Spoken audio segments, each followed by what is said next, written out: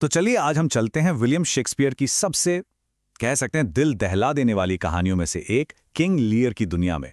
ये एक ऐसे राजा की कहानी है जिसके सिर्फ एक फैसले ने उसे ना सिर्फ उसका राजपाट छीना बल्कि उसका सब कुछ छीन लिया। तो ये पूरा विश्लेषण एक सीधे से सवाल से शुरू होता है। क्या सिर्फ एक गलत फैसला सच में सब कुछ बर्बाद कर सकता है? किंग लियर की कहानी कह सकते हैं इसी सवाल का एक बहुत ही भयानक जवाब है। तो कहानी की शुरुआत होती है एक बूढ़े राजा किंग लियर से, जो अब अपनी जिम्मेदारियों से आप कह सकते हैं मुक्त होना चाहता है। और उसका प्लान क्या है? प्लान सीधा सा है, अपनी 3 बेटियों गोनेरिल, रीगन और कॉर्डेलिया में अपना पूरा का पूरा राज्य बांट देना। लेकिन ये प्लान जितना सीधा था ना, उतना ही खतरनाक भी था। उसने रखी एक प्रेम की परीक्षा कि जो बेटी सबसे ज्यादा प्यार का इजहार करेगी उसे ही राज्य का सबसे बड़ा हिस्सा मिलेगा। और बस यही वो फैसला था जो सब कुछ बदलने वाला था। अब बेटियों के जवाबों में जमीन आसमान का फर्क था। जहां एक तरफ गोनेरिल और रीगन ने अपने पिता की झूठी तारीफों के पुल बांध दिए, वहीं दूसरी तरफ कॉर्डेलिया, जो असल में उनसे प्यार करती थी, उसने सिर्फ इतना कहा कि वो एक बेटी की तरह अपने पिता से प्यार करती है, न कुछ कम न कुछ ज्यादा। अब कॉर्डेलिया के सीधे सच्चे जवाब ने ना राजा लियर के अहंकार को कह सकते हैं चोट पहुंचा दी। उसे लगा ये तो उसका अपमान है, और बस गुस्से में आकर उसने अपनी सबसे वफादार बेटी को ही राज्य से निकाल दिया।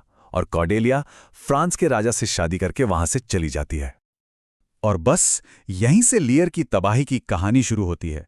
उसका वो एक फैसला अब एक जहर की तरह फैलने वाला था, क्योंकि उन झूठे वादों के पीछे का जो असली धोखा था वो अब सामने आने वाला था। देखिए, जिन बेटियों ने सबसे ज्यादा प्यार का दावा किया था ना, उन्होंने ही अपने पिता को सबसे ज्यादा जलील किया। गोनेरिल ने उन्हें अपने घर में रखने से साफ साफ मना कर दिया, और रीगन ने तो उनके साथ और भी ज्यादा बुरा बर्ताव किया। नतीजा ये हुआ कि लियर को सड़क पर भटकने के लिए मजबूर होना पड़ा। अब जाके राजा लियर को अपनी भयानक गलती का एहसास होता है, और ये पछतावा इतना गहरा था, इतना ज्यादा था कि उसका दिमागी संतुलन ही बिगड़ने लगता है। वो अंदर से टूट रहा था। जानते हैं, बाहर एक भयानक तूफान चल रहा था, और वो तूफान राजा लियर के मन में चल रहे तूफान का ही एक आईना था। इस तूफान में वो पूरी तरह से टूट जाता है। और ठीक इसी बीच एक और कहानी समानांतर रूप से चल रही थी, जो उतनी ही दुखद थी। ये कहानी है ड्यूक ग्लॉस्टर और उनके 2 बेटों की। एक है अच्छा बेटा एडगर, और दूसरा है धोखेबाज बेटा एडमंड। एडमंड क्या करता है?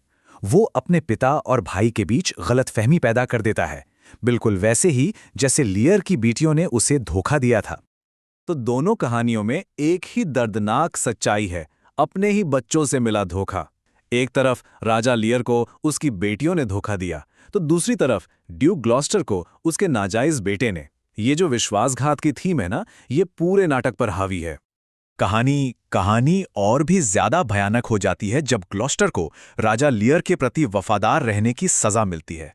रीगन और उसका पति क्रूरता की सारी हदें पार कर देते हैं और उसकी आंखें निकलवा देते हैं। सच में ये नाटक के सबसे क्रूर पलों में से एक है। लेकिन इस घने अंधेरे के बीच उम्मीद की एक छोटी सी किरण दिखाई देती है। वो सच्चाई जिसे राज्य से ही निकाल दिया गया था, अब वापस आ रही थी। जब कॉर्डेलिया को अपने पिता की इस दयनीय हालत के बारे में पता चलता है, तो वो उन्हें बचाने के लिए फ्रांस की सेना के साथ ब्रिटेन वापस आती है। देखिए, उसका मकसद बदला लेना नहीं था, बल्कि अपने पिता के सम्मान को वापस दिलाना था। फिर एक बहुत ही भावुक मुलाकात होती है, जिसमें लियर और कॉर्डेलिया का मिलाप होता है। लियर अपनी गलती के लिए माफी मांगता है, और कॉर्डेलिया वो उसे तुरंत माफ कर देती है। ये एक बहुत छोटा सा पल है, लेकिन शायद कहानी का सबसे शक्तिशाली पल। लेकिन याद रखिए, ये एक त्रासदी है, और यहां खुशियां ज्यादा देर तक नहीं टिकती। अब हम कहानी के सबसे दुखद, सबसे दर्दनाक हिस्से की ओर बढ़ रहे हैं, जो हमें इस त्रासदी का असली सबक सिखाएगा। अब अंत जो है वो बहुत तेजी से होता है। एडमंड को लेकर ईर्ष्या में गोनेरिल अपनी ही बहन रीगन को जहर दे देती है।